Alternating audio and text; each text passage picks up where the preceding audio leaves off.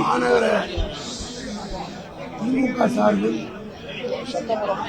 கலைஞருடைய நூற்றாண்டு விழா இந்த ஆண்டு முழுவதும் நடத்த வேண்டும் என்று தலைமைக் கழகம் அறிவித்ததை ஏற்று 27 நாட்களில் 100 நிகழ்ச்சிகளை மாநகர கழகத்தின் சார்பில் மாநகர செயலாளர் சுப்பிரமணியம் அவருடைய முயற்சியில் வெற்றிகரமாக நடைபெற்று அந்த நிகழ்ச்சிகளை நடத்திய பகுதி செயலாளர்கள், அணிகளை சார்ந்த நிர்வாகிகள், வட்டக்கழக செயலாளர்கள் ஆகியோரை கௌரவிக்க வேண்டும் என்ற எண்ணத்தின் அடிப்படையில் மாநகர திமுக சார்பில் விழா ஏற்பாடு செய்யப்பட்டு அதில் குறிப்பாக நெல்லை சட்டமன்ற தேர்தலில் 2021 ஏறத்தாழ 23,000 ஓட்டு வித்தியாசத்தில்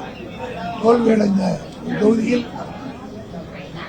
நாடாளுமன்ற தேர்தலில் கூடுதலாக 19,000 பெற்று ஏறத்தாழ 42,000 வாக்குகள் சென்ற சட்டமன்ற தேர்தலை விட கூடுதலாக பெற்றுக் கொடுத்த மாநகரத்தினுடைய கழக தோழர்களை ஊக்குவிக்கும் விதமாக ஒரு பாராட்டு விழாவை நடத்தி அதில் தலைமைக் கழகத்தின் சார்பாக கலந்து கொள்ள வேண்டும் என்று மாவட்ட செயலாளர் கேட்டுக் கொண்டிருக்கின்றன.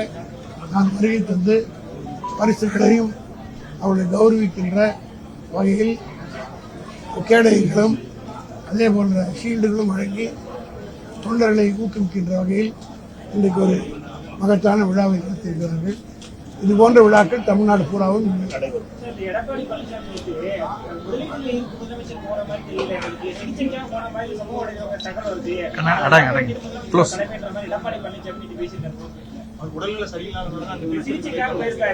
கண்ணு குருடு நட்டு சைக்கிள் ஓட்டான் சிக்காகோவில் பார்க்கல எடப்பாடி, அவரால் ஓட்ட சொல்ல சைக்கிளை பார்க்கலாம்.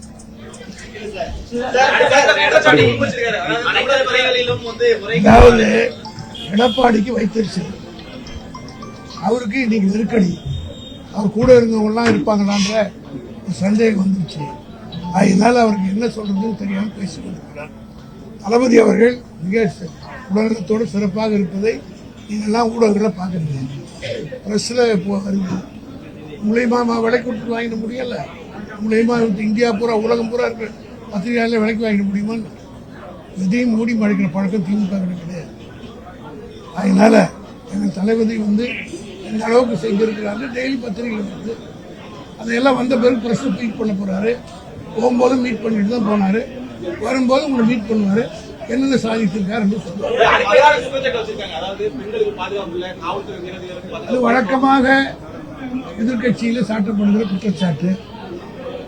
மணிப்பூரில் நடக்கிற போது இங்க நடந்திருக்கு, மற்ற மாநிலங்களில் நடக்கிற போது, உத்தரப்பிரதேசம் நடக்கிற போது இங்க நடந்திருக்கு, குஜராத்தில் நடந்தது போல இங்க நடந்திருக்கு. ஏதாவது ஒரு இன்சிடென்ட்டை காட்ட சொன்னாங்க, வாய் பிடித்ததோ மாங்காய் பிடித்ததோ பேசுறாரு. இவருடைய ஆட்சியில் இருந்ததை விட சட்டம் ஒழுங்கு சீராக இருக்கிறது என்று அகில இந்திய அளவில் இருக்கிற கிரைம் ரிப்போர்ட் கொடுக்கிறது.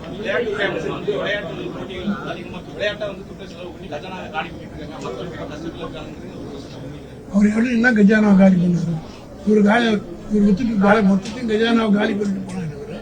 ஒரு 40 கோடி ரூபாயில் ஒரு ஏசியாவே பாராட்டுகிற அளவுக்கு ஒரு ஸ்போர்ட்ஸ் நடத்தி இந்தியா உலகம் பூரா பாராட்டுகிறது. ஆசியாவிலே முதல் முறையாக தமிழ்நாட்டில் நடத்தி அந்த பெருமை தமிழ்நாட்டுக்கு செய்து கொடுத்தார்கள். இவங்க ஆட்சியில செய்ய முடியல, அதனால வயிற்றுச்சல் காரணமா பேசதான் செய்யணும்.